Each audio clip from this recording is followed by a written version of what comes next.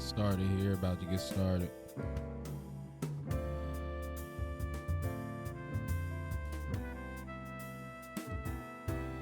We are about to get started.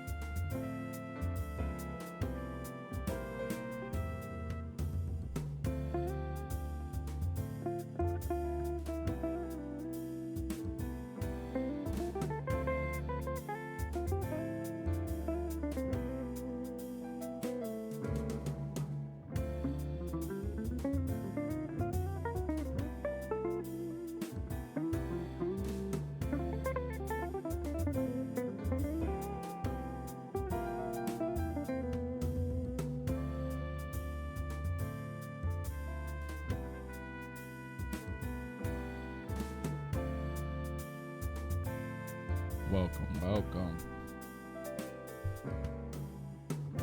Appreciate everyone. Appreciate y'all for showing up. Appreciate y'all. How y'all doing today? How y'all doing? Let's say welcome. Hello, everyone. Thank you for joining us today. I'm your host, NoBrakes, and this is Behind the Wall, where we'll be doing live interview calls from prison. We have our special guest speaker today, Swaggedout Skee.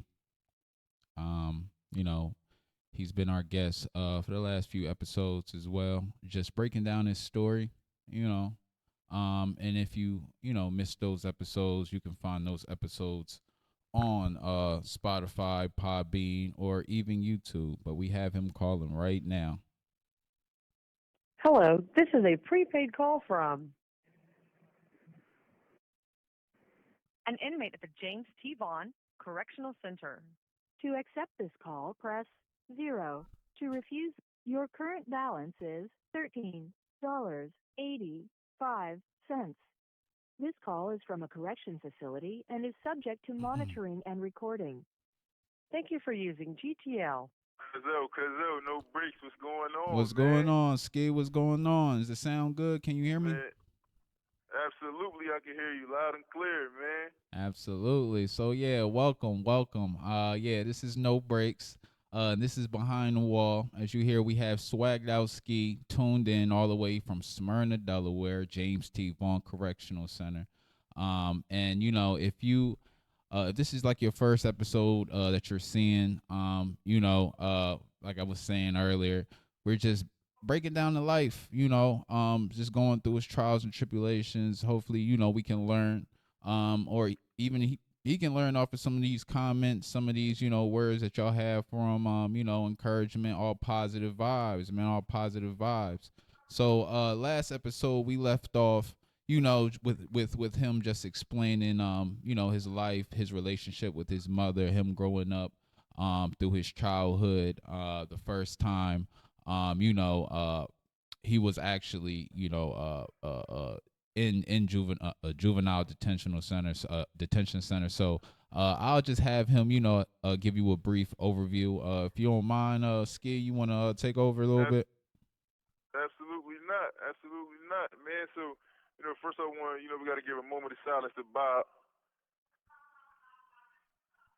Bless up, man. So, bless. Last week, was more so, I kind of gave a little in-depth, review on, my journey as through the toddler phase, and how me and my mom relationship was, how me and my aunt's relationship, and basically my mom's side of the family was, basically last week, and getting into how they raised me. They did an excellent job at raising me, so it's absolutely no complaints there through aunts, uncles, grandma, mom, cousins, friends of the family, and church, and different things like that coming from my mom's side. They did a great job of raising me. So last week was basically that. And even though I'm in jail, people might think that well, something went wrong with the way that your family raised you. And I can't say that. I absolutely cannot say that. If I had the choice to go back in time right now and say that, well, somewhere somebody on my mom's side of the family went wrong and they should have did this better. Absolutely not. I love them to death. and I have no complaints on that end. So, Mm-hmm. that's basically what last week was about, and I kind of got into my first couple times of having a run-in with the criminal justice system as a juvenile. So that was basically last week, man. And Right. today I mean that was basically Tuesday. Right. That was what Tuesday was all Yeah, about. yeah, it was Tuesday. So yeah, so let's just get right into it to where we left off at. Growing up in Wilmington, Delaware, um, did you want to explain a little bit more about that? Just the environment that you're in, how is it like what is it like growing up as a child in Wilmington, Delaware, hobby like friends, going outside, things of that sort. And growing up in Wilmington, Delaware as a child, first of all, let's say it's unique. It's unique in its own little sense because it's so small. So once you I don't want to say hop off the porch, but once you get of age to where as though you kind of wandering out on your own, you're gonna make a name for yourself no matter what you decide to do. If you want to go the right way, if you want to go the wrong way, you're gonna make a name for yourself because it's so small and intimate. Walking from one side, I could probably walk through, starting especially Wilmington. I could probably walk from, we're gonna say Wilmington, Delaware. It'll probably take me about maybe an hour to walk through every side of town. Every side of town I could walk through within an hour, and then go to the outskirts of Wilmington. So just imagine that and having to navigate that part of life as a juvenile and trying to grow up. So that was very interesting, to me looking at it now how small everything was.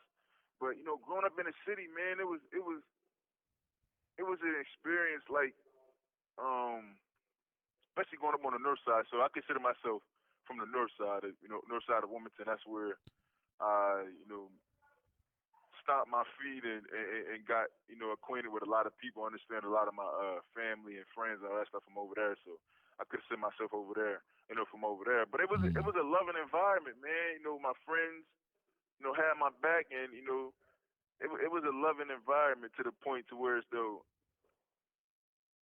I started to run away from home as maybe 11, 10, 11 years old. I started to run away from home and climb out the back window and run out the door. My mom was asleep, or even when she was up, just her and run out the door and be gone for months at a time and weeks at a time with Mm. probation starting to look for me and family starting to look for me. And I started to go over there to my friends and be around them because I thought that they were uh, role models to me. And we talked about that last week too about role models. So I Mm-hmm. thought they was role models to me. So that's how much I wanted to be in the city and be So in the streets, so-called streets, if you want to call it so streets. ski. So ski. You said that you was on probation. You just want to refresh. What was you on probation for? I was on probation for committing an offense at maybe 9 or 10 years. I think I might have been 9. It was like 9 or 10 years old for pointing a BB, a fake weapon at a school bus and pulling the Mm-hmm. trigger and hitting it with BB pellets and stuff like that, and then running off. And the police picked me up maybe 3 minutes later, 4 minutes later. I didn't even get far or have any time to think that I was doing something. So Mm. they ended up picking me up, and I So went through the juvenile justice system, for like maybe a month, and they ended up sending me home on juvenile probation. At 10 years old, I started my probation career. so I let me figured ask that's you. exactly what it was. So let me ask you. What were some of your hobbies as a child or kid? As a child, I loved Um, one of my main hobbies was cooking for real. I love being around the stove. Mm. I love, Thanksgiving, Christmas, even every night. Shout out to Mom Dukes, man. Every night she made sure it was a nice home cooked meal. So, one of my hobbies was cooking. Another one of my hobbies was, I started to, play basketball, and I like the drums too. I like, I was, grew up in a Christian household, so going to church every Sunday was mandatory. So Mm. I started to go to church every Sunday, and I started to like the drums. So I started to play the drums in church. That was one of my hobbies. Anything to be active. And we Anything going to be active for real. and we're gonna talk about religion, those topics, and further episodes. But yeah, man, you said you like to cook. What was some of your favorite dishes to make, then, man? Like you saying Man, you cooking.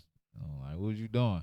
man, everything from curry chicken, curry Oh, goat okay. to hamburgers and hot dogs and baked beans and peanut butter and jelly. Anything from the most sold out thing that you gotta have step by step ingredients and follow recipes and all that to just something simple, man.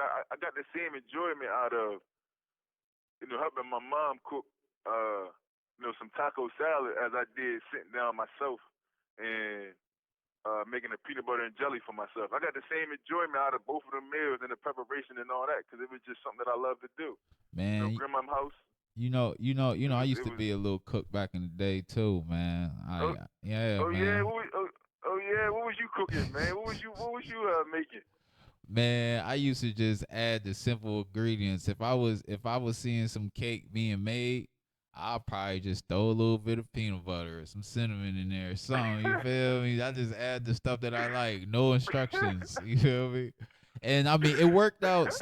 It worked out some of the times, but I remember this one time on Thanksgiving where when I added cinnamon to the cornbread, and yeah, man, it was pissed off, man. It was not happy, bro. Like, yeah, man, Pops was mad. He started yelling, man, who put cinnamon in the cornbread and all this, bro? I ain't want to even speak up, but you know what I mean? But Hey, yeah, hey, bro. hey, hey, no breaks. It's some things that you just don't mess with, man. Right. Thanksgiving, man, you supposed to mess with that cornbread, man. Nah, yeah, I'm already knowing. I'm surprised you still got your head on your shoulders, man. Yeah, man, I'm already knowing, man. I'm already knowing. But yeah, man. So Yeah.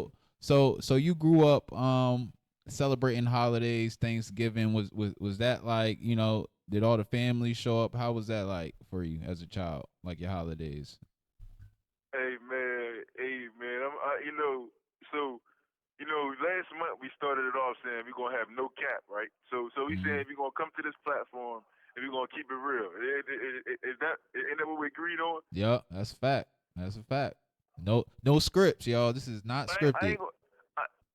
I ain't gonna lie to the people, man. I love my. Hey, listen, I wouldn't trade my family in for no other family. I don't care if Jay Z said, man, come over here, this is your family, and you trade your. I'm Oh, not I trading ain't doing mine that. in for nobody, right?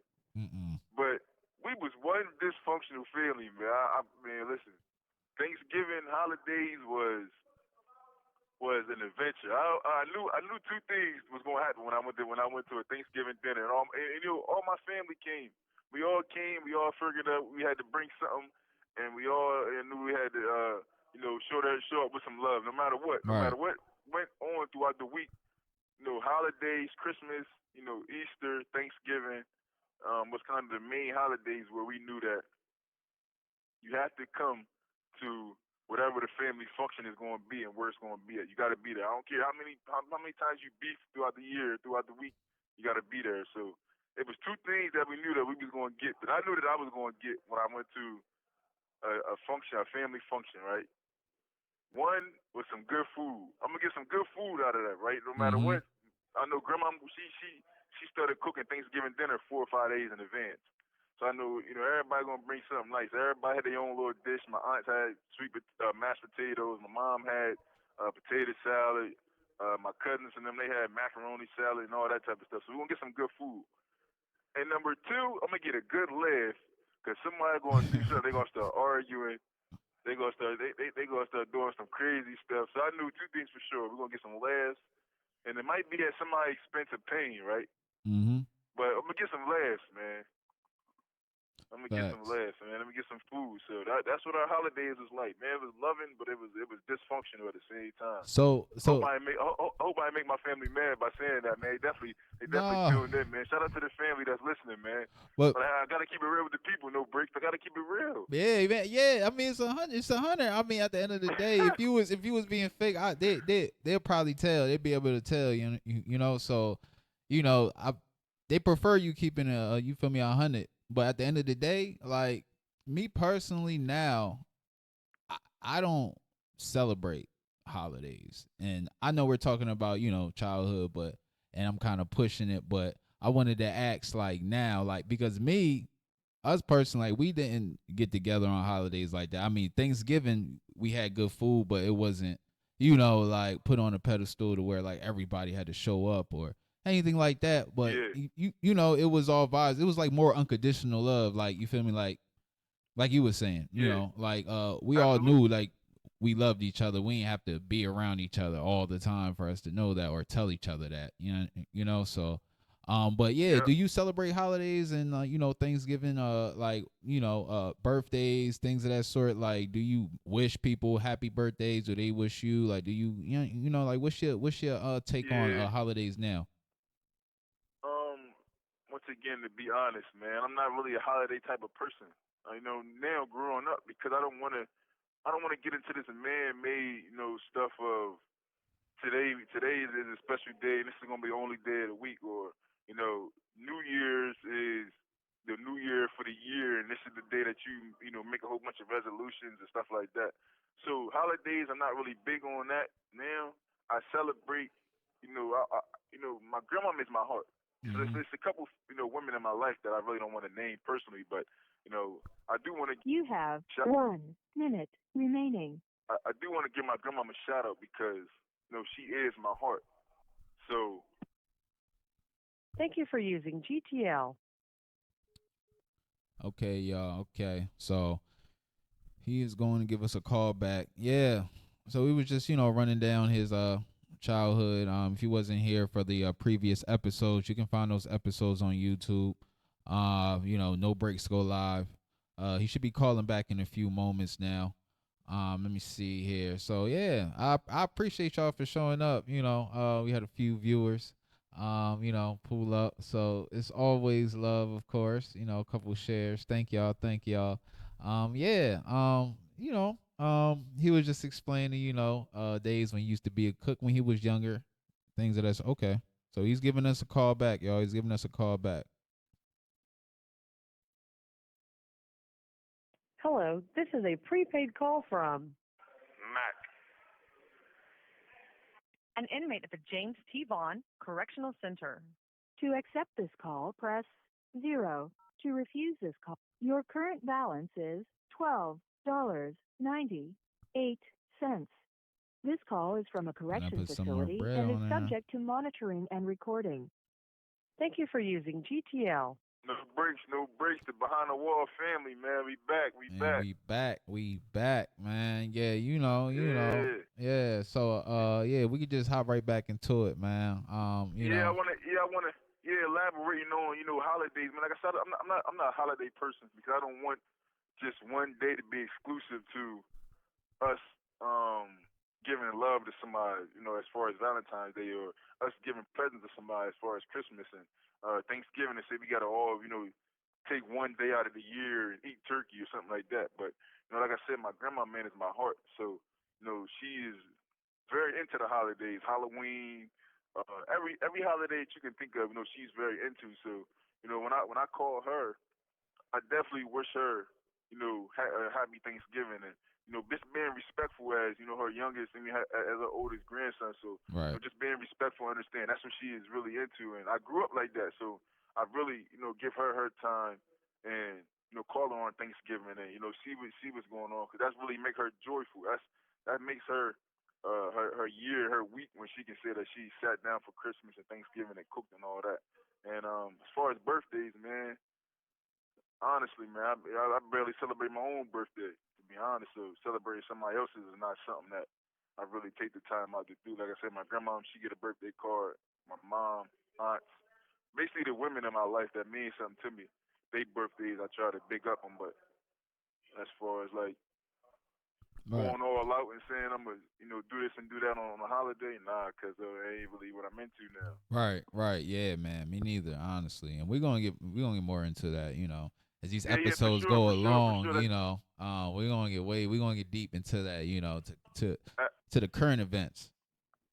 absolutely, absolutely, Mm-hmm. absolutely, man. So growing up, growing up, holidays is definitely something that we really came around for, especially on my mom's side. On my dad's side, Yeah, I wanted to um, actually ask you, since we're on this topic now, like, yeah, if you don't mind, you could talk about, your dad's relationship, your dad's side, since we was heading in that direction. So yeah, you can go ahead.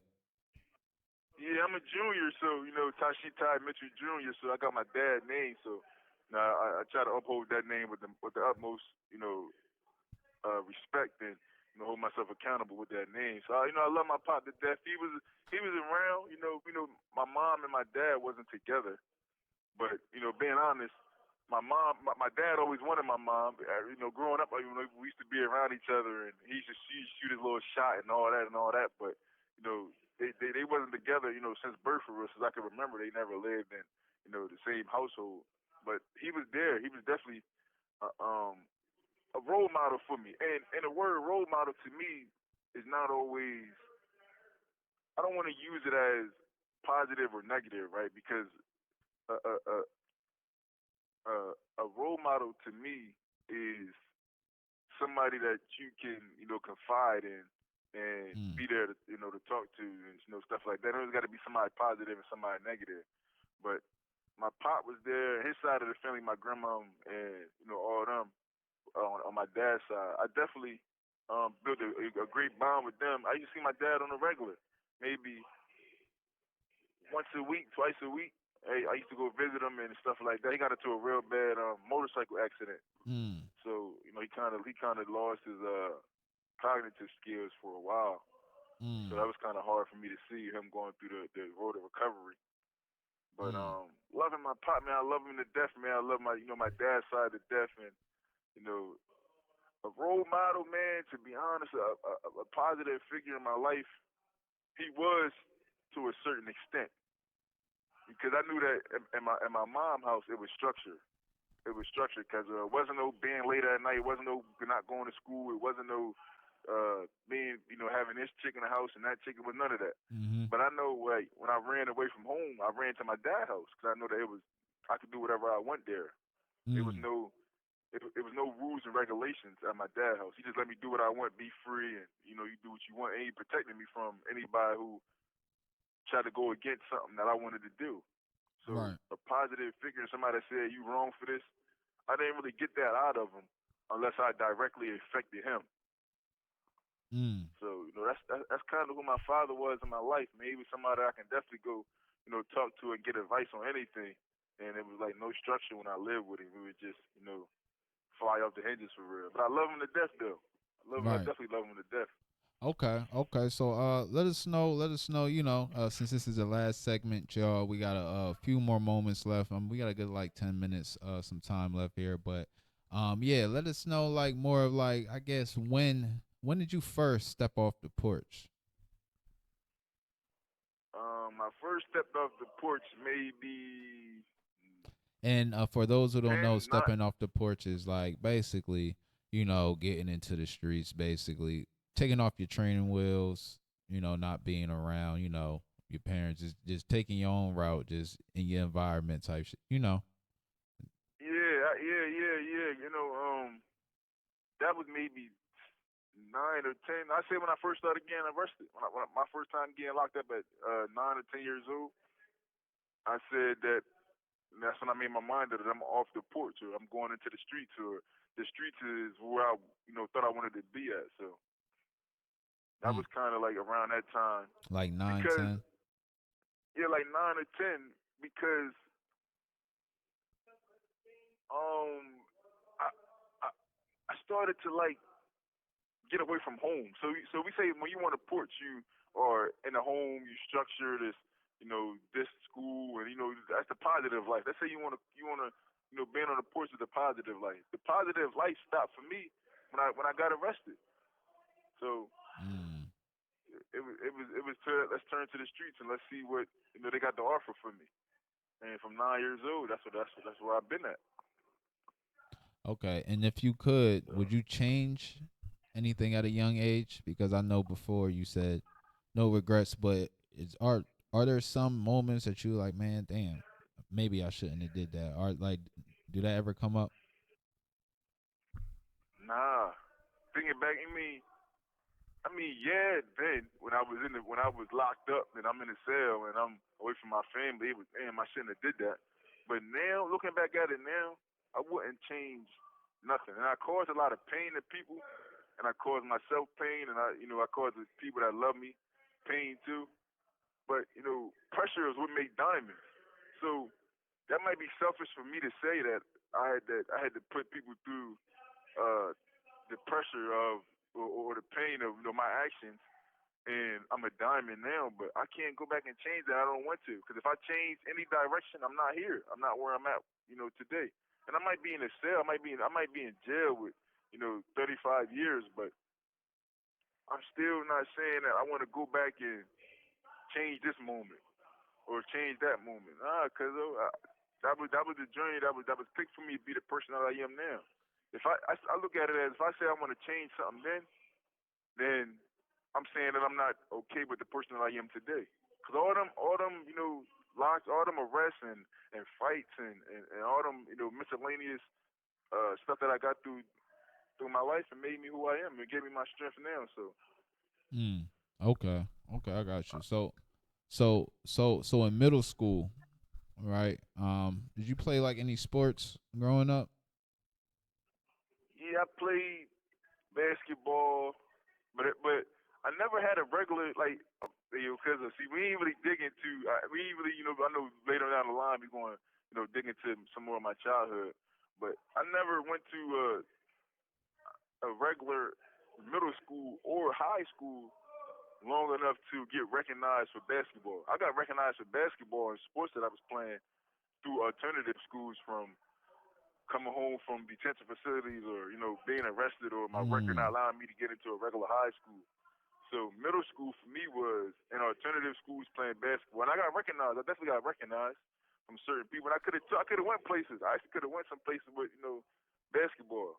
6'4". I've been tall my whole life, so I definitely had some talent, some skill behind this. But regular day at school, I might have been getting noticed like everybody else. Nah, So I ain't had a middle school presence. so you said that you didn't go to regular or public middle school. Um so what school did you attend during those ages? Like what you saw alternative schools? What It was was that like? like behavioral schools, so like Parkway Academy, um, Kingswood Academy, Mhm. um, Douglas Alternative School. It was more so behavior schools, and I Mm. got my GED from being in Fair School for Boys, which is a detention facility. I got my GED from being in detention. So that was really like a step towards. And once I came home, it was no more school after that. But all my schools that I went to from maybe sixth or seventh grade was all alternative schools or jumping Mm. from school to school. Okay. Okay. And yeah, what was that like? You know, because I'm sure it's a lot of people who don't know what behavior school is like, and just to give them some insight on things that they work on in there, just for awareness purposes, see what's going on. Yeah, behavior school is like um, a more secluded area for learning. So instead of having um, maybe 20 kids in a class, it's more like 10 or five. Instead of having you know counselors, it's more so behavior specialists that's going to come to your school. Instead of having a teacher's aide in there, it's a counselor in there to make sure that nobody is in there being disobedient or defiant. And So did what so did you feel like that was helpful? You know, the way that they put that together. I don't know if it was necessarily helpful or harmful because it was all a learning. It was all like a learning environment. So regardless if I was in a big school or a little school, it was still opportunity for me to learn in school. So Mm. it wasn't really harmful, but it also wasn't helpful. I wish I would have went to that's one thing that I might have thought that I wanted to do regular was go to a regular high school and you know and understand that life. Because hearing stories from other people how this high school was was lit, or that high school was so much fun. You know, I kind of say I wish I would have went, to a regular high school, but it was more so a one-on-one experience with, the teachers and learning and stuff like that. So it wasn't really Mm. harmful or hurtful for real, honestly. Okay. So yeah, man, we getting towards our closing moments. Yeah, I appreciate everybody out there for showing up. Appreciate the love, appreciate the likes, appreciate the comments. All love, all love. We on live on YouTube, Facebook, and Podbean right now. So yeah, if y'all missed the previous episodes, make sure y'all log in. You can actually log in www.nobrakesgolive.com, and yeah, you can just actually reach it there, or download the Podbean app, look up No Breaks Go Live. Yeah, same thing with YouTube, No Breaks Go Live, and Facebook. So yeah, as we close up, final words, man, you got anything to say? We left off, middle school, high school. As time goes along, we're just breaking it down, and then we're gonna head into some heavy stuff. So yeah, you wanna give any last words? Man, first of all, man, I want to thank, No Breaks, man. First of all, we got to thank you, man, because, without you, I can't thank no audience. So first of all, we got to thank you, man, and thank the people, man. I want to thank y'all for coming out, man, for showing up, man, for, taking the time out of your day to even sit here and see the journey of a hero, man. This is the journey of a hero, and, we here, man. So, be here Tuesdays and Thursdays, 12 o'clock, man. 12 o'clock, we here. We're going to get deeper and deeper as the time going. Like I said before, man, whatever you thought you gonna get, You have 1 minute remaining. whatever turn and twist you think that what my story is gonna take, or that Mac Marsh story is gonna take, please, man, erase it, because it ain't gonna be that, man. But come here every Thursday, 12 o'clock, every Tuesday, 12 o'clock, man. We here, we live. Thank y'all on every platform, man. YouTube Live, Facebook Live, Podbean. Thank y'all for showing out, man. Sure, be here next Tuesday, man. We here, we live, man. Free Yeah, the jails. appreciate you, man. Appreciate you, man. For real, man. Man, for sure. Appreciate you. Thank you for using GTL. Yeah, man. Appreciate the love. Appreciate the love. Yeah. Phew, yeah. So we're just going through, the motions. We're just breaking down this story before we head into the case. So yeah, we're just, pacing it. But I appreciate everybody for showing up. So Mac Marsh, he couldn't be here today. Mac Marsh, the Moon Man, he couldn't be here today. Actually, they ended up moving him to another section of the prison. So they broke him up because they used to be on the same tier. So they ended up splitting them up. For I don't know why. So I let him kind of elaborate on that. But they changed his time, kind of mixed it up for him. So he's definitely going to be giving us a call. So if you see me live, just tune in. But yeah, that's why he couldn't be here today. So he's just, everything's good though. I talked to him. We talk. So he just let us know. He just let me know his situation, so I can then just express it to everyone. But yeah, so yeah, I appreciate everyone for showing up. This is the end of Behind the Wall. It's the 6th episode. Y'all can go on No Breaks Go Live on all platforms. www.nobrakesgolive.com. Yeah, and we out.